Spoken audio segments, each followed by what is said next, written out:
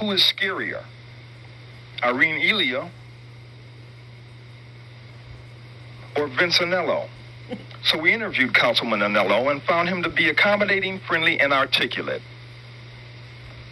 My passion for the charter, developed after I had been in the council for about a year, because it just seemed to me that, there were a lot of opinions given by members of the council from previous years, and also from the law department, and from people who have experience with the city government. It always seemed there was a certain amount of ambiguity of what people remembered, or what people thought the law should be, or the rules should be. So when I started looking into the rules myself, what I found is that we have a set of rules, but not too many people are referring to it. They were committing things to memory. So when I could get the charter for myself, a copy of the charter for myself, I found that the original charter, the 1916 charter, was sitting in the cardboard box, and the charter that was accepted by the voters was in a pamphlet form, and we had to refer either to the pamphlet or to the old charter.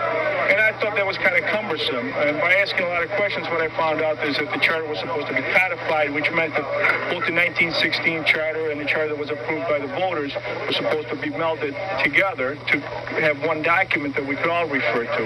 And then really that's been my passion, has been just trying to get one rule book that we can all work by.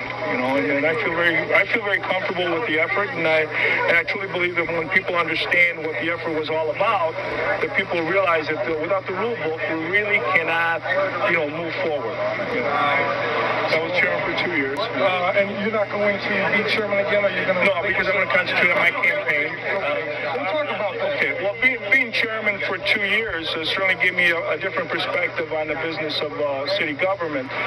They gave me the opportunity to have more in-depth discussions with department heads, more in-depth discussions with the law department, and certainly I have to tell you that for 18 months as chairman, and maybe closer to 20 months, I met with Mayor Galli at least 2 times a week, and most of the time 3 and 4 times a week. And I don't think there was a week while I was chairman in the first 20 months that I didn't meet with either the administrator or Mayor Galli and sit down and discuss issues.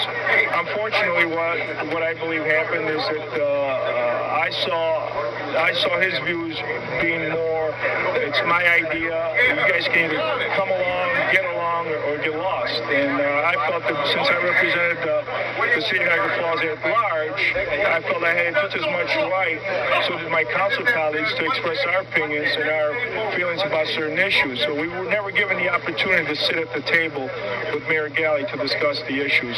It was always a messenger bringing the news, whether it was me as chairman, or now Connie Lazinski as chairperson, or just from another colleague. It was always messengers. It was never the mayor sitting at the table discussing issues. And I can tell you it's been 3.5 years, and the mayor not once has sat down with the council to discuss any issue. It's always been through a department head or through messengers. Well, I believe that one of the reasons I'm supporting Giancarlo is for the simple reason that being on the council for 3.5 years, I'm now totally convinced that the only way this form of government does work is by working together.